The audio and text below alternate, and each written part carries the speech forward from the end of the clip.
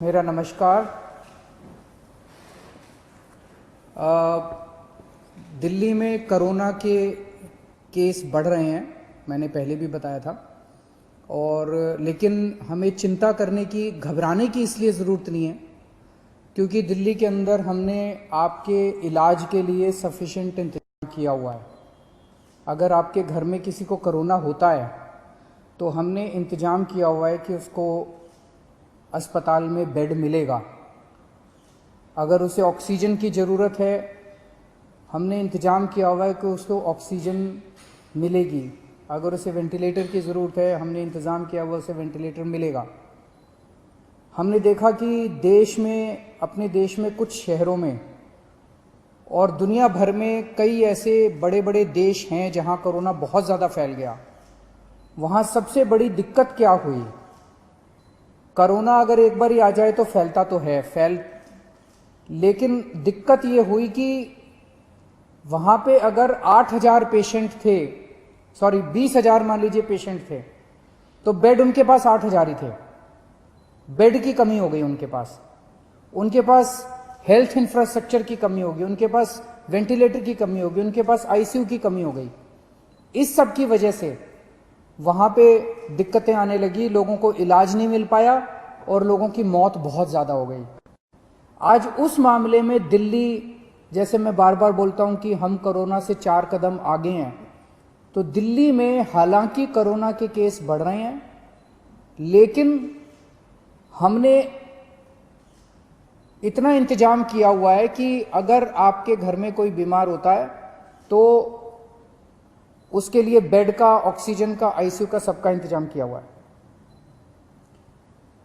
एक तरफ तो मैं कहता हूं कि हमने आपके लिए इंतजाम किया हुआ है, बेड की कोई कमी नहीं है।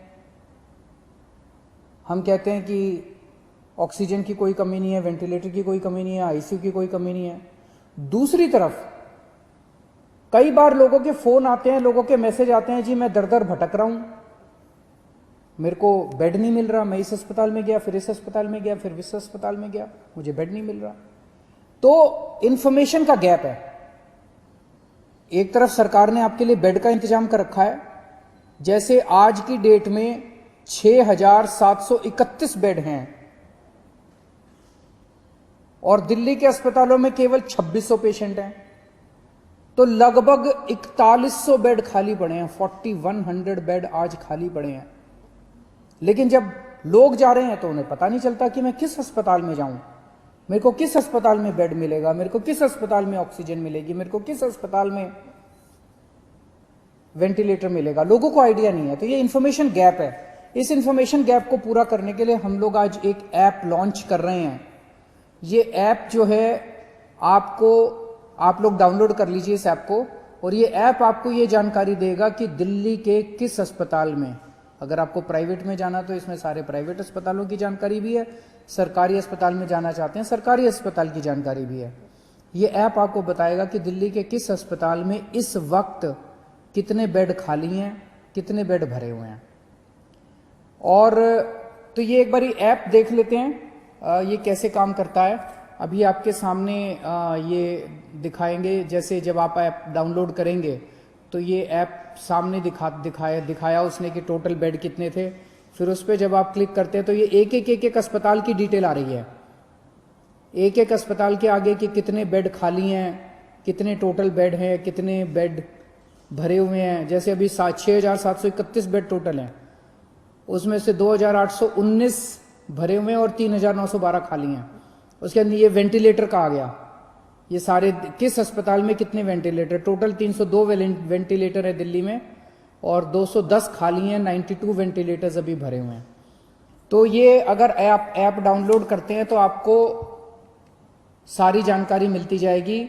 ये ऐप दिन में 2 बार इसको अपडेट करेंगे, सुबह 10 बजे और शाम को 6 बजे ये ऐप अपडेट किया जाएगा, तो आपको लेटेस्ट स्टेटस पता चलता रहेगा। अगर आप इस ऐप को डाउनलोड करना चाहते हैं तो एक तो गूगल प्ले में जाके आप इस ऐप को डाउनलोड कर सकते हैं। गूगल प्ले में दिल्ली कोरोना इस नाम से आप इसको डाउनलोड कर सकते हैं। दूसरा, आप इसका वेब पेज भी खोल सकते हैं। अगर आपके पास ऐप नहीं है तो इसका एक वेब पेज बनाया गया है delhifightscorona.in, delhifightscorona.in/beds। इसके ऊपर भी आपको ये सारा बेड्स का स्टेटस मिल जाएगा। अगर ये भी नहीं है तो आप 1031 जो हमारी हेल्पलाइन है, 1031 पे फोन करेंगे तो वो आपको पूरा का पूरा जो बेड्स का स्टेटस है वो आपको एसएमएस के जरिए भेज देंगे। और या आप इस नंबर पे, अगर आप व्हाट्सएप नंबर है 8800007722, इस नंबर से भी आप इस ऐप को डाउनलोड कर सकते हैं। आपने ऐप से डाउनलोड कर लिया, आपने ऐप डाउनलोड कर लिया, आपको पता चला कि इस अस्पताल के अंदर इतने बेड खाली हैं। आप उस अस्पताल में गए, ऐप में लिखा है कि इतने बेड खाली हैं, आप उस अस्पताल में गए, अस्पताल ने आपके जाने के बाद आपको एडमिशन देने से मना कर दिया, फिर आप क्या करेंगे? इसका हमने पूरा इंतजाम किया है। आप 1031 पे, वहीं अस्पताल के रिसेप्शन पे बैठ के 1031 पे फ़ोन करना और 1031 पे आप बताना कि मैं अस्पताल में हूँ, ऐप में लिखा हुआ है इसके अस्पताल खाली हैं, ये मुझे एडमिशन नहीं दे रहे। 1031 पे तुरंत हमारे स्पेशल सेक्रेटरी हेल्थ के पास फ़ोन पहुँचेगा और वो स्पेशल सेक्रेटरी हेल्थ उस अस्पताल से बात करके आपको ऑन द स्पॉट मौके पे बेड दिलवाएंगे। इसका पूरा इंतजाम किया हुआ है। लेकिन एक चीज़ का ख्याल रखना, जैसा मैं बार बार बोल रहा हूँ, आज दिल्ली के अंदर 20,000 से ज़्यादा केस हो गए, लेकिन केवल 2600 लोगों को अस्पताल में एडमिट होने की ज़रूरत पड़ी। आज की डेट में भी 6-7 हज़ार लोग अपने घरों के अंदर इलाज कर रहे हैं, उनको अस्पताल आने की ज़रूरत नहीं है। अगर सब लोग अस्पतालों में आने लग गए तो अस्पताल भर जाएंगे। ये मैनेजमेंट करना बहुत ज़रूरी है। तो अगर कोई अस्पताल एनालिसिस करके, डॉक्टर्स एनालिसिस करके आपको ये कहते हैं कि आपको अस्पताल में एडमिट होने की ज़रूरत नहीं है, आप प्लीज़ घर में जाके, घर में अपना, आप माइल्ड हैं या एसिम्टोमेटिक हैं, घर में इलाज करा लीजिए, उनकी बात मान लीजिएगा। वहाँ पे आप ज़बरदस्ती मत कीजिएगा कि बेड आपको दिया जाए। डॉक्टर्स अगर कहते हैं कि आपकी बीमारी सीवियर नहीं है, आपका घर में इलाज हो सकता है, आप घर में इलाज कर लीजिए। और घर में जब जाएंगे तो चिंता मत करना, हमने एक टीम लगाई है, वो दिन में 2 बार 3 बार आपसे बात करेगी, आपके परिवार वालों से बात करेगी, और अगर आप घर में सीरियस हो जाते हैं तो फिर आपके लिए बेड का इंतजाम कर देंगे। तो सब लोग, मुझे लगता है कि ये जो इन्फॉर्मेशन गैप था, जो बहुत बड़ा गैप था, वो अब ख़त्म हो जाएगा। आपको क्लिक ऑफ द बटन पे पता चल जाएगा कि किस अस्पताल के अंदर कितने बेड हैं और आपको अब बेड की चिंता करने की ज़रूरत नहीं है। शुक्रिया।